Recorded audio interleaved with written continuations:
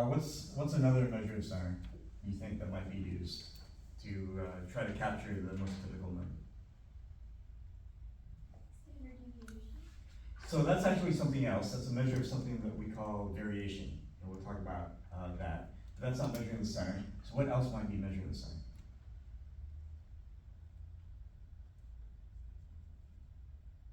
So the ones that you've heard in second grade, because they all measure the same thing. So mean, median, mode. Okay. So the mode. So what is the mode?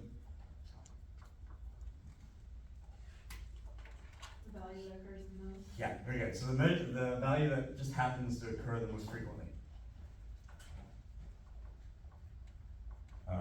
So most commonly occurring number.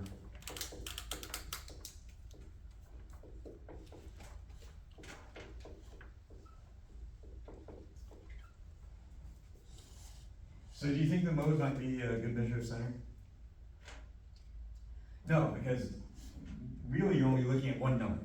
You're only looking at that one number that occurs the most, and you're ignoring all the other numbers. And so for example, if we had test scores, for example,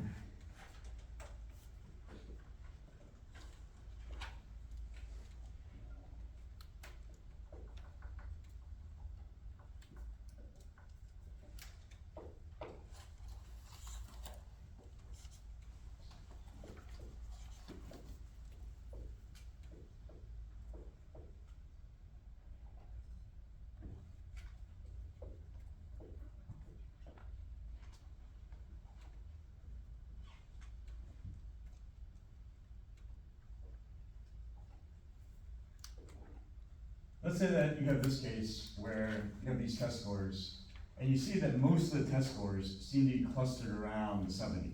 So you would expect maybe the most typical score is around 70. But then you have these two scores, they happen to be outliers, and they're both zeros. But this is the only score that is occurring twice. So you can't say that the most typical grade here is a 0, even though it's the mode. So in the mode, we're only looking at one number, and we're ignoring all the other numbers. And so that's why this is not a good measure of center, even though people use it to get a quick idea of what the center is, because it's easy to calculate, you're only looking at one number. Versus the other two measures of center that we just talked about, the mean and the median, these are considered good measures of center because you're looking at all the numbers in the data set.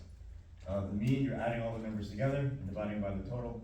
The median, you're actually sorting all the numbers and then picking the one in the middle position. So these are considered good measures of center. Any questions? And then the last one, that's also in your book, is the mid-range.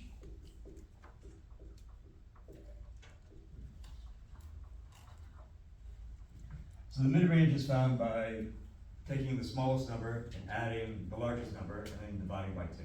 So in other words, it's the average of the largest and the smallest numbers. So it would be the min plus the max divided by 2. So let's get a feel for what this means.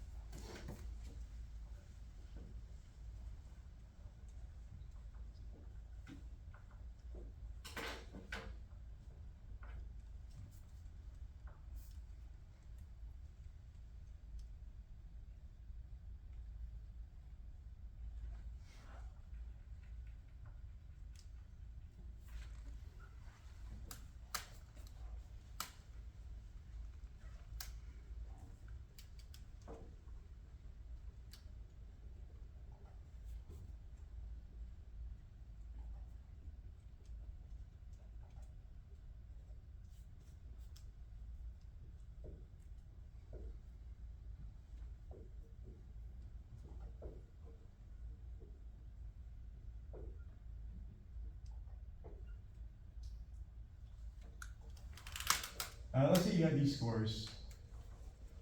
I kind of try to group them so that it's it's something to scale, so that the numbers that are close together are grouped close together.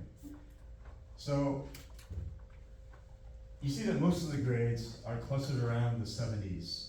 So if I ask you what the most typical score is, or what the center is, you should expect something around maybe like the 70s, right? But then what this measure of center that we just talked about, the mid-range, what that does is it takes only the max value and the min value, and you're finding the average of those two. You're adding those up and dividing by 2. So in this case, what would that be? Yeah, 50. So if you add up those two numbers and divide by 2, you're going to get 50. And by taking that average, what are we really doing? What we're doing is we're finding the midpoint between the smallest and the largest value. And the midpoint is the value that is the same distance away from the smallest value as it is from the largest value. So this midpoint of 50 is a distance of 30 units, 30 points away from 20, and also the same number of units away from the max value. So it's the same distance away from each one. So that's what this midpoint is doing, and that midpoint is really the result of this mid-range calculation. So you see that this 50 that was calculated from the mid-range is not even close to the measure of center that we're trying to find, which we expect to be around 70. So this mid-range is not a good measure of center, even though people use it.